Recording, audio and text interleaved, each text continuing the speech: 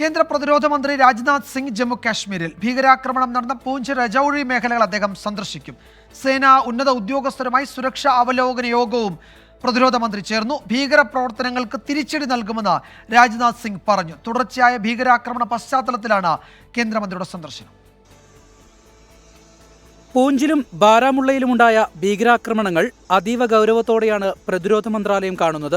സൈനിക മേധാവി മനോജ് പാണ്ഡെയുടെ സന്ദർശനത്തിന് പിന്നാലെയാണ് സാഹചര്യം നേരിട്ട് വിലയിരുത്താൻ പ്രതിരോധ മന്ത്രിയും ജമ്മുകാശ്മീരിലെത്തിയത്.